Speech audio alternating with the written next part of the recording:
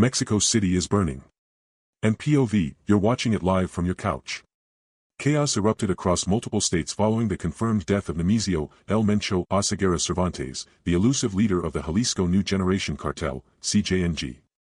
According to a joint statement from the Mexican Attorney General's office and the Secretariat of National Defense, the operation that led to his death occurred in a remote mountainous region of Jalisco early this morning. The aftermath? A nationwide power grab so violent it's shutting down cities. President Eduardo Sham went on national television less than 3 hours after the news broke, flanked by military brass. Today, Mexico has struck a definitive blow against organized crime, he declared, his tone firm. Federal forces are now in control. The monster is dead. We are restoring order. But the scenes flooding social media #MexicoChaos tell a different story.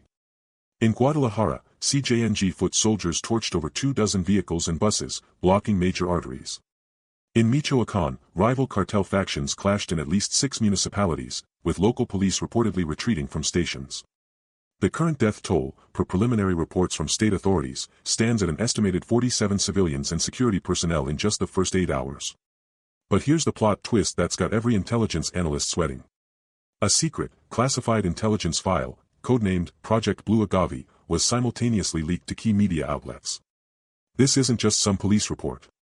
The document, bearing markers from both the US DEA and Mexico's CISN, outlines a years-long, clandestine joint operation not just to capture El Mencho, but to systematically dismantle his financial networks with a level of precision intel that suggests a mole.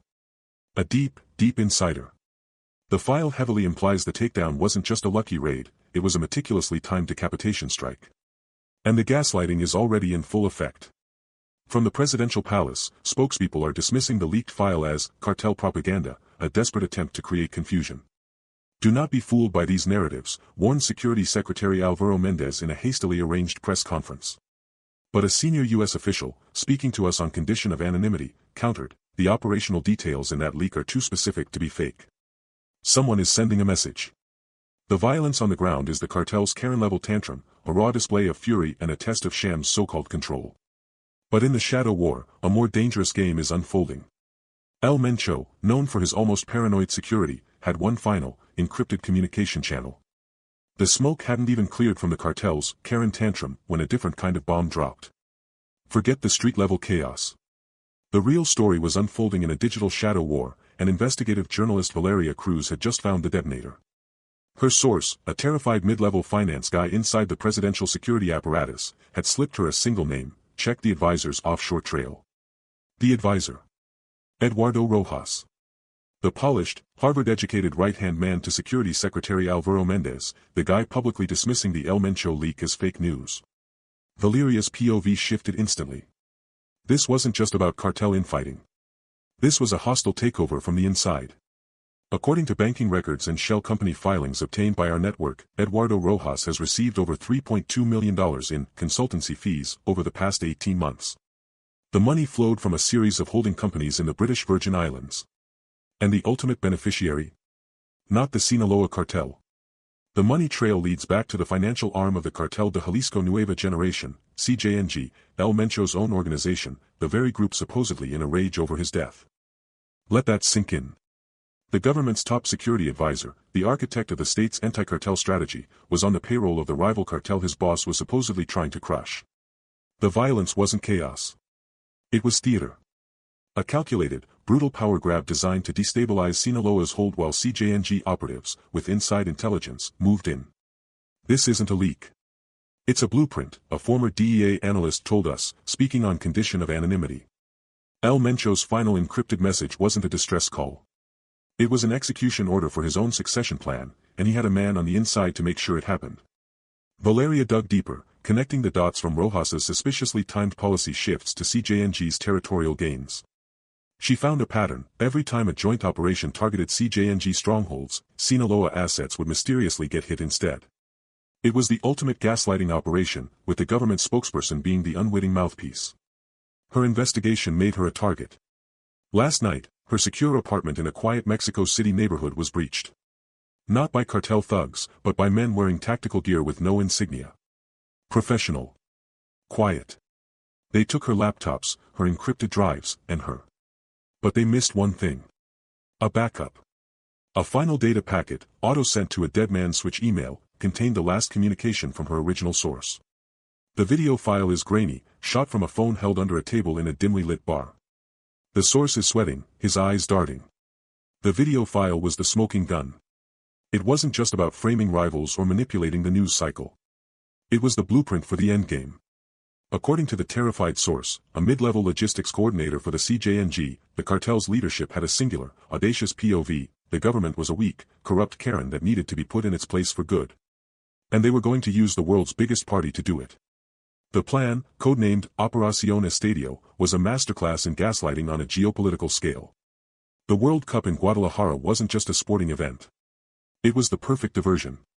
A city swollen with 1 million foreign fans, global media saturation, and every federal security resource stretched paper-thin. While the world watched the pitch, the cartel would execute its final, devastating strike to decapitate the remaining Sinaloa leadership and seize total, uncontested power over the country's criminal landscape. The source's words, whispered into a phone mic, laid it out.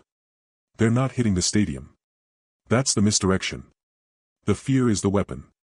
The real targets were the fortified compounds, safe houses, and financial hubs of the Sinaloa cartel, scattered in states far from the World Cup frenzy. With federal police and military units bogged down in crowd control and VIP protection in Guadalajara, the CJNG's most hardened tactical units, the Grupos de Elite, would move unimpeded.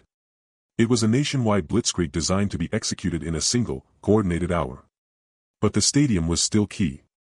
The chaos there was the catalyst. A series of controlled, non-lethal explosions in perimeter areas, enough to trigger a mass panic, a human stampede. The ensuing communications blackout, the flood of emergency responders, the global news helicopters swarming overhead, it would create a blanket of noise. Under that cover, the real war would begin. The reporter's backup data packet, timestamped just hours before her abduction, was intercepted by a lone DEA analyst with a conscience. He verified the source's identity and the terrifying logistical details: weapons caches pre-positioned near Sinaloa assets, flight plans for private aircraft, encrypted chatter about D-Day, and the final whistle. The analyst took it to his superior. And that's when the official gaslighting began. According to a senior official within the Mexican Attorney General's office, who spoke on condition of anonymity, the intelligence was dismissed as unverified cartel fan fiction. The official stated, "Our focus is on securing the World Cup for all visitors. We will not be distracted by unsubstantiated rumors." Meanwhile, the government spokesperson, the same one who'd been parroting the cartel's narrative for months, held a press conference. The World Cup final was 90 minutes from kickoff. The stadium in Mexico City was a pressure cooker of anticipation. Outside, the streets were a fortress. Or so everyone thought. The official narrative was holding, all quiet on the cartel front. Then, at the 11th hour, the house of cards collapsed from the inside. Here's the POV you didn't see. While the DEA analyst was being gaslit, his raw intel had already leaked. It didn't go to another agency. It went to a rival faction within the Sinaloa cartel itself. A younger, tech-savvy lieutenant, known only as El Ingeniero, saw the planned attack for what it was: a suicide mission that would bring unprecedented military heat, destroying business for a generation.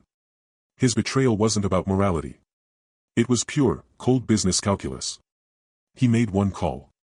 To a mid-level commander in the Jalisco New Generation Cartel, CJNG, the very group poised to launch the attack. The message was simple: your payload coordinates are compromised. The Federals are waiting. This is a trap set by your own people to eliminate you. It was a brilliant, chaotic lie. But in the paranoid ecosystem of cartel politics, it was gasoline on a spark. Internal chaos erupted within CJNG ranks 20 miles from the stadium. Accusations flew. A firefight broke out between the assault team and a separate security detail loyal to a different boss. It wasn't a battle with the army, it was a cartel-on-cartel meltdown that effectively neutralized the threat. The D-Day operation imploded before it could even begin. Back at the Federal Command Center, the corrupt advisor, let's call him the narco-Karen, in the Situation Room, was sweating. The official feeds showed nothing. But his private, encrypted channels were blowing up with panic from his CJNG handlers. The plan had failed. The deniability he'd built was crumbling. He made his move. He tried to access and purge a specific server, one holding the original, dismissed DEA report. That was his mistake. The lone analyst, anticipating this, had set a digital tripwire. The unauthorized access attempt triggered an alert that went directly to the one person in the chain the advisor couldn't manipulate, a hardened, anti-corruption general recently rotated into the security command. The general moved fast. The advisor was invited for a briefing. In that room, the evidence was laid out, the digital breadcrumbs, the analyst's testimony, the financial trails to shell companies. The gaslighter got a taste of his own medicine. He was arrested on the spot for obstruction, conspiracy, and treason. The official spokesperson who'd been his megaphone was quietly placed on administrative leave an hour later. So, mission accomplished. The attack was stopped. The traitor was caught.